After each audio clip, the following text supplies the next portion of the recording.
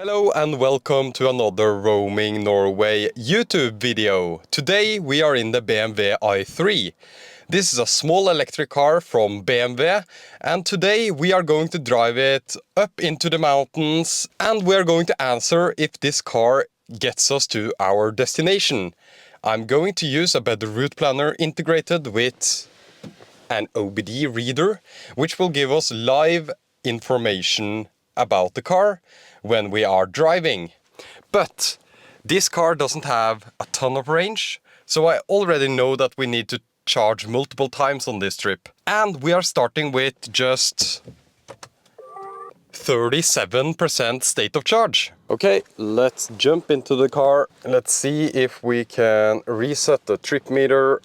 The first thing we're going to do is to connect the adapter to the Mi 3 app, because that's how we get live information into a better route planner at the moment. So let's see, looking for MX adapters. The Mi 3 app is a way to read the OBD values from the BMW i3, or the BMW i3, like you should pronounce it. Let's see if it updates with information. There we go, connected into a better route planner, 37%, like I did mention. So where do you want to go? We are going to a very special place called Vøringsfossen.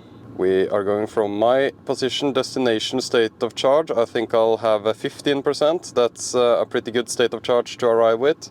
Doesn't really matter with this car. And it recommends that charger, but we won't go that route. I want to go this one. And it recommends recharge at Kiwi Bjørkheim, which is 32 minute charge at Kiwi Bjørkheim, which is, yeah, why not? We will arrive there with 24% state of charge apparently, so let's see if a better route planner is correct. I'll press drive. And I'll go into a better route planner in Apple CarPlay, which this car has. Which I found kind of sucks, to be honest. So you can see that our route is in CarPlay now, but once I press start here, it'll jump to Poland. So there is absolutely something wrong here. Let's try to put in the destination from the A Better Route Planner CarPlay app. Okay, it gives me two alternatives. I'll choose this one, I think. Yes. Start. And it jumps to the completely wrong location once more. That sucks. Okay, so it says Kiwi Bjørkheim. We will arrive with 24% apparently, and it's 31 minutes to drive there, I think. Anyways, it seems to work now. I just started driving and it updated on the screen, so that's fine. I'll have a better route planner there, and I'll have all the nerd information here. You can see that we see how much kilowatts we use, what elevation we are at, and stuff like that. And I'll also reset the trip computer once more, so we have backup information. So it says we should take a left here, which is the correct way. Fantastic.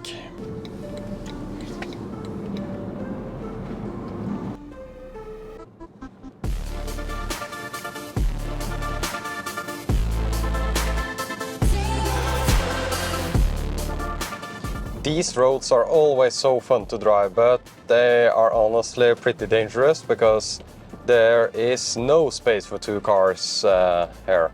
Now we are driving into a little wooden section, and you can see that, yeah. When I drove the Model Y here, it felt, yeah, kind of tight, to be honest. But when we have cars in the front here, we kinda automatically have the right of way, since we are 3 cars. So that's nice. But yeah, no way you could fit 2 cars in the width here. You need to be at the meeting points, and then one need to stop there.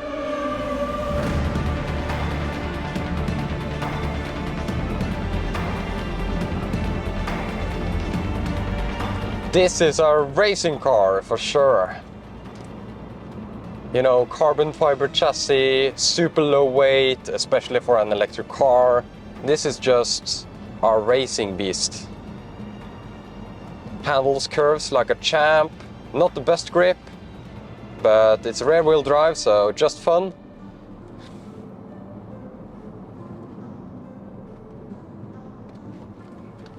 A better route planner says we will now arrive with 25% instead of 24%, and we did drive it pretty hard, so seems like a better route planner is conservative when it comes to estimating the arrival state of charge, which some people like, some people don't like. But it's better to be more conservative for sure.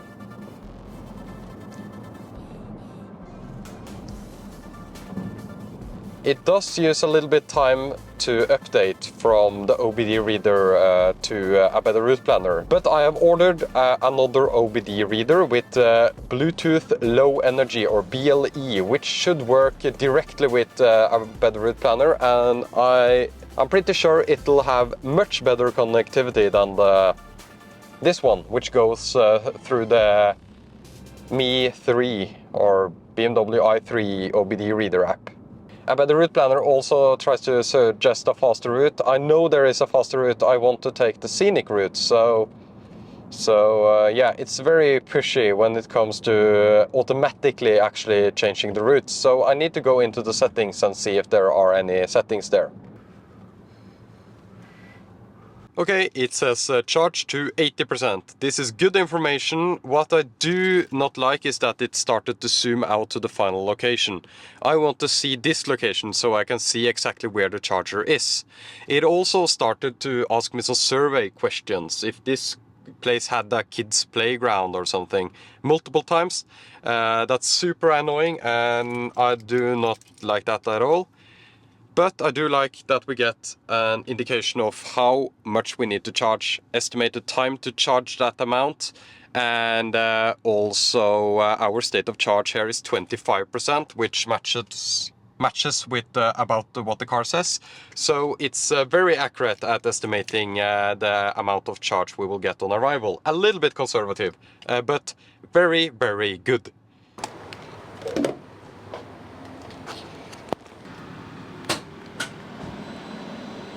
Okay, we are going to set a timer. It's at 27 minutes, didn't it? So I'll start a timer now until we reach 80%. This car charges pretty fast, but that's only due to the small battery. It's only around 44 kilowatts. I think I'll just run in, grab some drinks, maybe some snacks, and I'll get back to the car. We have time for that, for sure. I just checked, and you can activate this charger with the Elton app as well. I used an RFID chip, which is very normal to use in Norway when you are charging on non-Tesla chargers. But here you can see the fastest, 50 kilowatts. 0 of 1 free because I'm using it, but yeah, you can activate it with the Elton app. So if you are traveling from abroad, you might want to try to download the Elton app. I think you can download this app and have an credit card here and use this app. It's 6.49 kroners per kilowatt hour. That's very expensive, and I wouldn't choose these chargers myself, I think. But now we are testing a better route planner, and the idea is to get from A to B, right? Let's check the status. Disconnect charging cable, it says. That's of course because it thinks I'm trying to drive away, but I really just want AC. One day these automakers will understand the concept of having AC while you are charging. One day. Anyways, we are at 52%, like you can see on the screen, and we have charged for, I'll just check the timer, 15 minutes, so it's 12 minutes until we are supposed to leave, and we are also supposed to have 80% at that time, according to a better route planner. So I'm interested to see if they have the correct charging curve for the BMW i3 in a better route planner. Anyways, we are charging at 44 kilowatts. So yeah, that's the normal charging curve for the BMW i3 until like 90% or something like that. There was one one car who pulled up here, which tried to use this charger, which is down. That's an old tritium charger, which are very unreliable chargers, so it's understandable. It's still 22 kilowatts AC available, 2 spots, but I have taken this charger, which is 50 kilowatts, and yeah, it looks like the first charger ever made. Quite impressed with the efficiency as well. 148 watt-hour per kilometer, or 14.8 kilowatt hours per 100 kilometers. This number includes HVAC use and a lot of auxiliary stuff that the Tesla one doesn't, so it's really more impressive than it seems. So this is a very efficient vehicle, but the low speed, the average speed was just 50 kilometers per hour, because we are driving on super curvy, slow roads. We are down to 40 kilowatts. I think that's due to HVAC use, actually, because the HVAC uses a lot of power in this car. So yeah, it says 61% state of charge, and the cell temperature is 30 degrees, so not overheating at all, which is nice. 40.2 kilowatts, that's fine. Actually, I'll give a better route planner a little bit of slack on the timing. So we have charged for 21 minutes. We are supposed to be finished in 6 minutes, but I'll give it actually up to 30 minutes, because we have used HVAC and it does actually draw a lot of power here. So let's say 30 minutes is okay charging stop for this car, and let's see how close we get to that with a better route planner, or if it actually have thought about the HVAC use in the BMW i3. It is important to note that we started this trip with 37%. Normally, you would never start an EV road trip with 37%. You would start at 100%. And then maybe we could have gone all the way without charging. I don't know. I think so, maybe. So yeah, this just shows that you can be a little bit spontaneous in an EV, and even a slow charging, early developed EV like this one. It's really no problem if I can stay here for 30 minutes and charge. I can go to the bathroom, buy some drinks. 30 minutes is a little bit long, but this is an affordable EV now. 79%. It actually gave me a nice charging overview here. You can see that it updated. And it gives me the charging power in the app here, which is pretty nice. 79%, and yeah, let's wait until it's at 80%, like a better route planner originally said. 80% there, and it'll also show in here, I think. 80%. Let's see how long it took. 32 minutes. So a better route planner is about 5 minutes off on the charging time. Let's unplug, let's leave, let's go through the beautiful Hardangerfjord, which is the next route. A better route planner says 15% on arrival. Let's see if that's true or not. And yeah, get excited for the place I'm going, because you might have already understood what this is, but for those that don't know, it'll be a very nice surprise. You might ask yourself, why didn't I bring my dog? Well, this car doesn't have dog mode, and it's cumbersome to bring an animal with you when you can't have pet mode in the car. I don't feel confident leaving him in the car, and I do need to leave the car from time to time. And today it's one of those days where it can be suddenly a very high temperature, and even higher temperature inside the car. So I would want a proper EV with dog mode. The other reason is that I'm driving a lot today, and I only like to bring my dog when I'm stopping a lot, and we are actually going to a destination where he would want to enjoy himself. So he is chilling at home, with air condition and water, and no problems at all. The reason for me doing this trip is that I want to try to maybe take this car on a longer trip. And by a longer trip I mean, what about taking this car to the North Cape? The North Cape is a 40-hour drive with charging, I think, for this car from the Bergen area to the North Cape. So if you want to see a trip to the North Cape in this car with a better route planner, because I need route planning to drive that far. I'm not driving that far without route planning. That's just cumbersome. Please let me know. Please leave a comment. Do you want to see me take this car to the North Cape? Do you think this car actually can reach the North Cape? What do you think?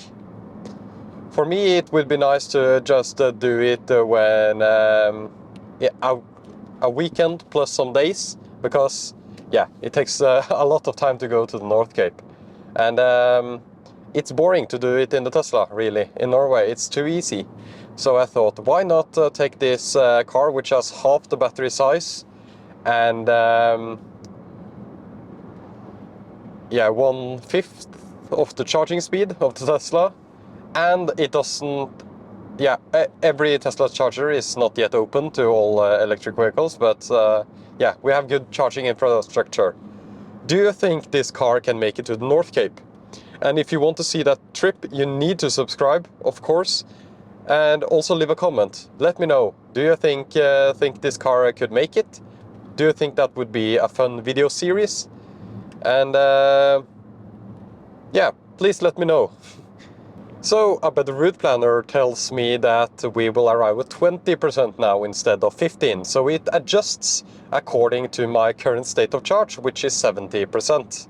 It seems to be 1% ahead of the BMS somehow. But yeah, it's accurate, and it uses accurate consumption numbers to get to the charger like we saw the last time. But this place we are going, which has a charger, that's one hint to where this place is actually at a very high elevation. We are now approximately at sea level, so 0 meters above sea level, but we're going at least 700 meters above sea level. So how can a better route planner handle this change in elevation? Is that accounted for in a better route planner? And I do have feedback for a better route planner regarding the map. I did tell you that when I was driving into the charger, it zoomed out of the map. I wanted to zoom in. I want to see where the charger is. I couldn't see where it was. I had to look around the parking lot. So it should zoom in. It should not give me surveys about like Google stuff, like is there a children's playground here? Is there yeah, other amenities? Please don't give me those questionnaires. It's very cumbersome because of the CarPlay integration. It cancels the entire navigation. A huge oversight for a better route planner. Anyways, another feedback I have is that I want, some people like North Up, and that's fine. I don't like North Up. I want the map to follow the direction of the car, so the entire map rotates, and I can choose that in my Tesla as I want. This one is just North Up as far as I can see, and it also uses a very long zooming animation. It seems like it's kind of buggy when it comes to intersections. When it wants to zoom in to show me which way in the intersection, it'll just zoom around the map for a bit and then get into the intersection. It takes way too long. So that's some feedback for a better route planner. And it would be nice to have before going on my long trip. I do have some connectivity issues with the OBD reader, but I just reconnect it from time to time and it seems to do just fine. I suspect that doing it, now I'm doing it via a middleman or a middle app, which is Mi3, which is the i3 OBD app. The problem is that it's slow to update, so I guess when I get my new OBD reader, which supports Bluetooth low energy, it can directly talk with a better route planner, and we will get much better live data. The live data was nice to have on the charging. It actually, on my phone, it said how long I needed to charge and stuff. I want that everything in Apple CarPlay.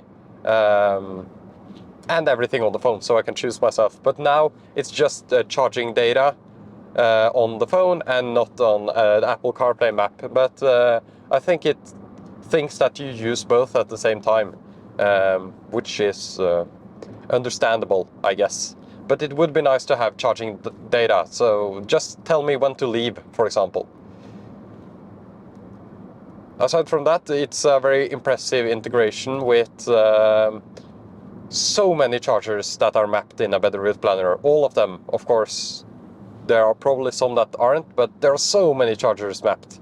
And this new charger, Tesla of Børingsfossen, that we are going to, this charger was opened, I don't know, 3 weeks ago, 2 weeks ago, and it's in a better route planner as a charger. So that's awesome. That's very great, a better route planner. So keep doing what you do. And yeah, I love that it shows me the state of charge currently and then the state of charge at the destination under. That's awesome. Really, really great, and better than many other route planners in cars. And yeah, that should make automakers go question their software development if you are beat by a better route planner as an integration in the car. Of course, a better route planner can be better standalone. That's easy because a better route planner's only focus is to make great route planning. But when you can create an integration like this, where it reads the state of charge from the OBD reader into the app and tells me if I use too much energy or tells me that I need to go another place to charge on the way, it's just awesome, and it can lift so many cars a step up, because in my opinion, route planning is one of the most important things in an electric car. Of course, there are other things that are important, and there are other things that's nice to have, like plug-in charge, but we are not there yet. But at least you can update. You can take your old EV, you can buy an OBD reader, which is actually quite expensive, but it's absolutely a worthy upgrade. So you can just do that, and then you can download a better route planner, the free plan, and then you can read from the OBD reader. You don't need the paid plan either. So I think that's pretty great of them to offer yeah, some functionality for free. Yeah.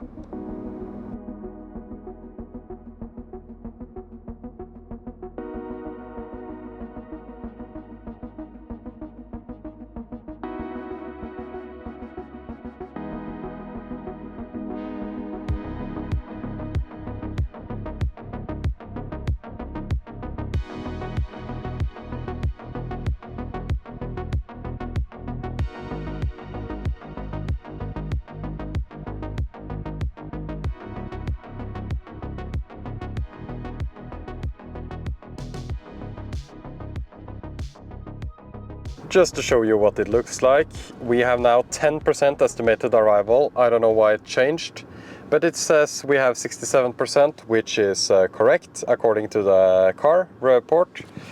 And I just have the Me3 app open here to see the stats, just to make sure everything syncs properly. And we also have the speed limit and our GPS speed here, which is a very nice addition to have here. And you also get a lot of, this is not a touchscreen, estimated different routes and stuff like that. So maybe we want to take the alternative route. I can press, I can go here, loading alternatives, which takes a little while, and alternatives, and we have one that takes just the same amount of time. And then we have one longer one. What's this one? No, that's too long. So we will choose this one.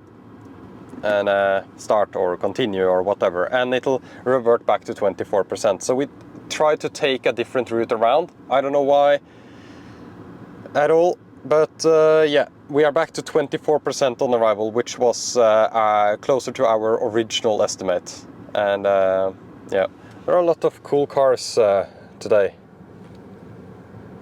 And Corvette. Look at the beautiful views there.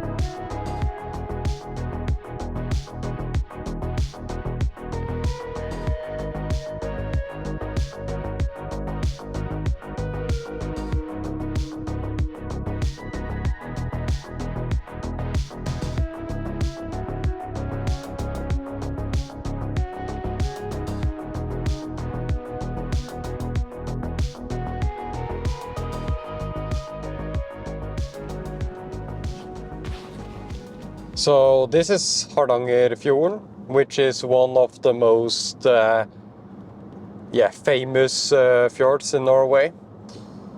It is famous for just being beautiful, really, but also like apple trees or apple farms for cider or just apples production, because of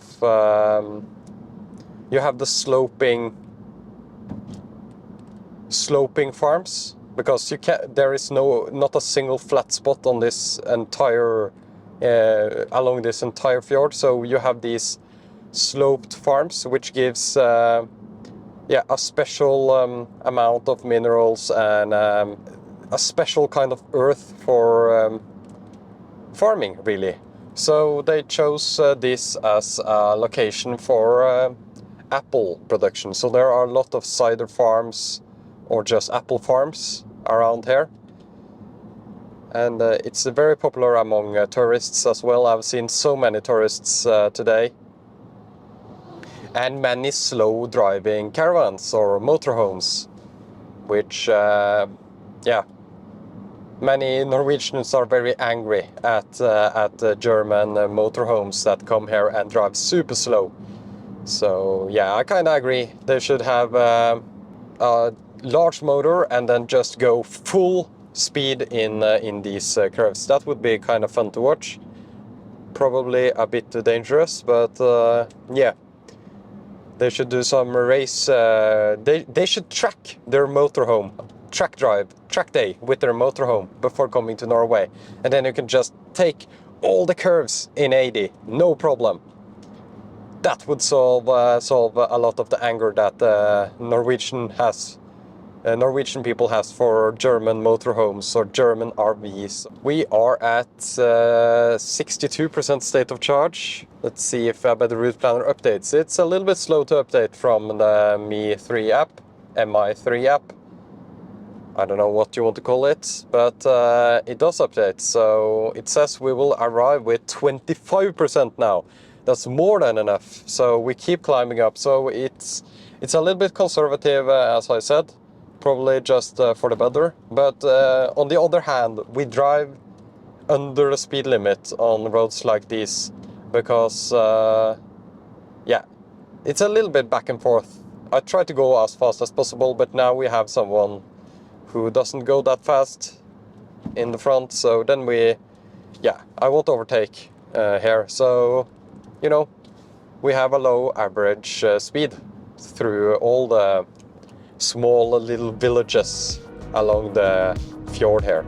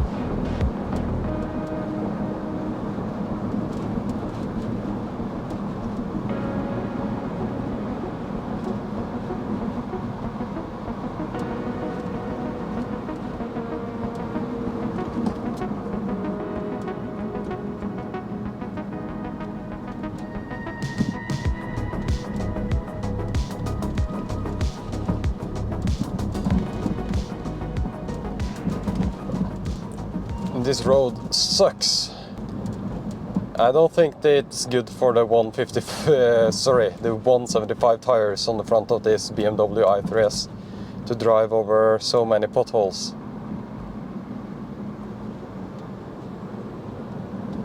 I've opened the solar roof because the weather is super nice outside and just enjoying the ride in the i3s.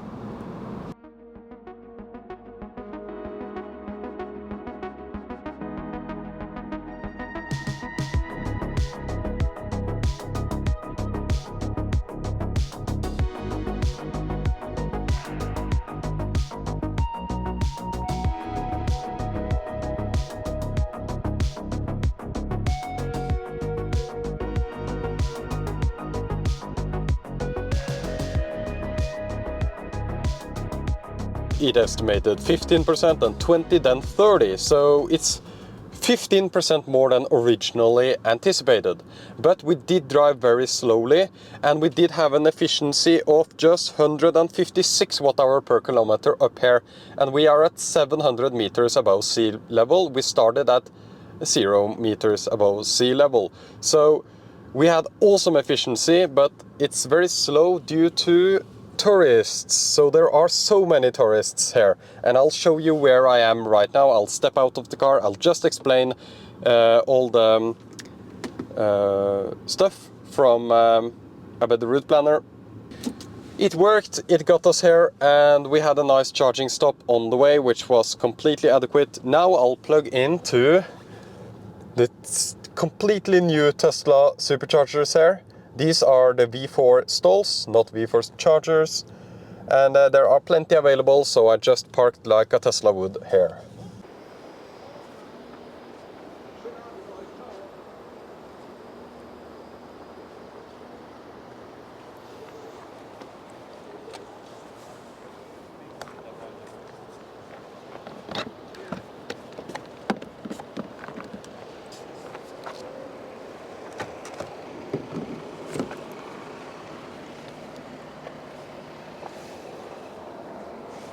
It says quick charging active. Nice.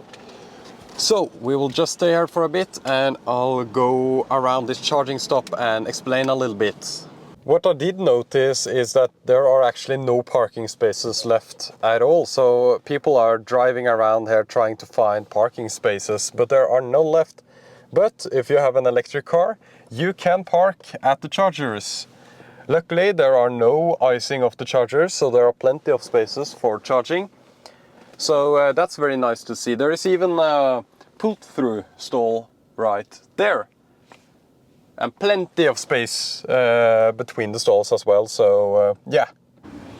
Just to conclude this video with the BMW i3. First of all, and let's turn down the air vents. First of all, having the ability to have a better route planner makes this car much more viable for long road trips where you need to charge in between. It's of course best when you don't need to charge, so by saying that, I mean that it's best if you can use the daily range most of the time. And the daily range is 280 kilometers VLTP, so that means around 220, 230 in real life, mixed driving. So if you can do that, that's of course better. But having the ability to have a better route planner integrated the way I did today, with some bugs, with some issues, but I'm sure everything will be sorted out, and I'll continue to test this, and I'll get a better OBD reader, and I'll take a look at all the settings and consumption numbers. Many of the pet peeves I might have been able to edit in the settings, so it's no problem. I'm here at the Vøringsfossen supercharger because it is one of the newest superchargers in Norway, if not the newest one. Over there they have stall number 2000, so there are 2000 Tesla charging stalls in Norway. That's an insane amount compared to how many people live here, but we do have more EVs per capita than anyone else, so I guess it makes sense. It's really cool that Tesla did this. They made it with the Norwegian flag and everything, and it looks cool. This is a very nice area, a very touristy area. There is a waterfall over there that a lot of people go watching, and yeah, there are no parking spots left, but there are a lot of charging spots. So if you see this and you are thinking about driving in Norway, you have to drive electric. That's the only way. Then you would get a parking spot here, at least while you are charging. And yeah, these V4 stalls are very nice for me that drive this BMW i3 today, because the cable will reach however I park. I could park the other way around, and then now I'm technically using 2 Tesla stalls, but there are so many left, and there are so many non-Tesla drivers charging here. There is an ID4 and a XC40 from Volvo, and there is an old Model S as well, and no one else is charging at the moment. Actually, a Q4 e-tron just pulled up behind me here. So yeah, they have stretched the cable like crazy for absolutely no reason. Oh well, I guess at least they don't use 2 charging stalls. So yeah, thank you so much for watching this video on a better route planner. I'll conclude very fast. It works nicely, it's a bit conservative, there are some things I don't like with the map, and there are some connectivity issues, but all in all this gives the ability for this car to road trip wherever. And if you want to see me go to the North Cape, you need to comment below, you need to subscribe. I try to get a few more subscribers before I embark on a mission like that. Thank you again, and leave any questions below. I'll answer every single one of them. Thank you so much for watching. If you want to see more videos like this and videos that are not like this, you can subscribe to this channel. I see a lot of people that watch my videos that don't subscribe, so please leave any feedback in the comments and I'll try to improve.